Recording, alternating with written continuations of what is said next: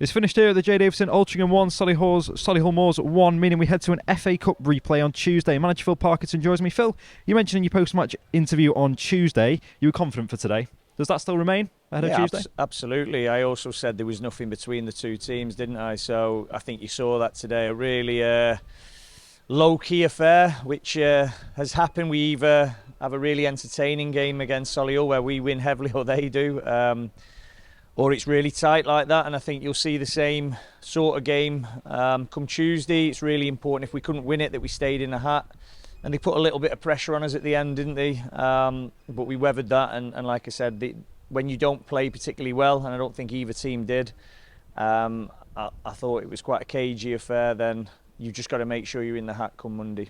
First half, your side had the better of Solihull, going ahead through a Regan Linney penalty. But once again, Phil, your team started well and fast.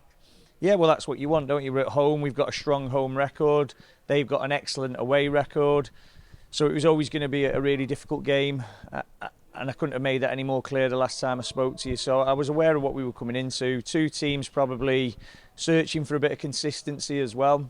I've listened to Andy's post-matches and what he's saying about his identity and wanting to get back to how they play. We've got very similar beliefs as well in terms of how we want to play. So, like I said, you've got two teams who have got big aspirations in the division, but probably aren't quite delivering to the levels they expect at the moment. It was a long throw that Ollie conceded from bouncing around in the box from before Stevenson tapped home. Your thoughts on the defending for the equaliser? Yeah, really disappointing because we were aware of Osborne's long throw. We set up for it yesterday, making sure that we were fully prepared. But unfortunately, you can prepare as much as you want. Dealing with it is another matter. And as soon as that flick on occurs, the second phase, which is so important, and again, brief the lads on, but it doesn't matter if I brief them on it, they're really good at that because that's what they work on. They don't just turn up on a Saturday and hope the long throw works. We were aware of exactly how they set up, how the ball comes in, but stopping it is another matter. A couple of contentious refereeing calls during the game, including at the end an Ollie Crankshaw denied penalty claim. Do you think Ollie deserved a booking for simulation for that? If he dived, then yeah. Again, I need to watch that back. I think both benches felt that it was a penalty, even their bench. They weren't happy with the officiating today. But listen, if he's dived, then yeah, he does deserve a booking. New signing Charlie Olsen started and got awarded man of the match. How impressed were you with him today? Yeah, really impressed for a young pro coming into a really difficult game. This wasn't an easy game to come into. Both teams, the stakes are high. Both teams, as I said, not fine margins between them, not a great deal. Searching for that win. Both clubs desperate to go through. He couldn't have come into any more of a pressurised situation. The reason I like Charlie is he's got a great character, a great temperament.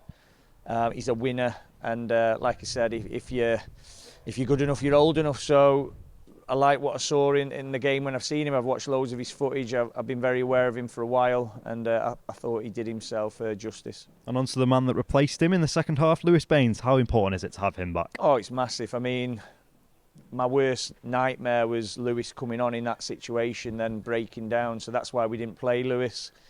Because I'd be damned if I did, I'd be damned if I didn't. If I played him and he's only getting 45 minutes and he comes off and we're winning and we go on to lose, it's why have you took Lewis Baines off? If he comes off and we're losing, why have I risked Lewis Baines? If he plays and he pulls up, why have I played Lewis Baines? Game management in question again. Guess what? Football management's not as easy as it looks. So you have to take a number of things into consideration, and I'm sure Pete will diagnose it on Monday radio and go through it. But ultimately, that's why I'm in that hot seat, and I've got to make them decisions. And he come on because he had to come on, and luckily for us, it didn't affect us. And Lewis is such a big player for us. We're desperate for him to be back. So you're in the hat for Monday night with a replay to come on Tuesday. What's going to be your message to the team for the reverse fixture? Be better than we were today.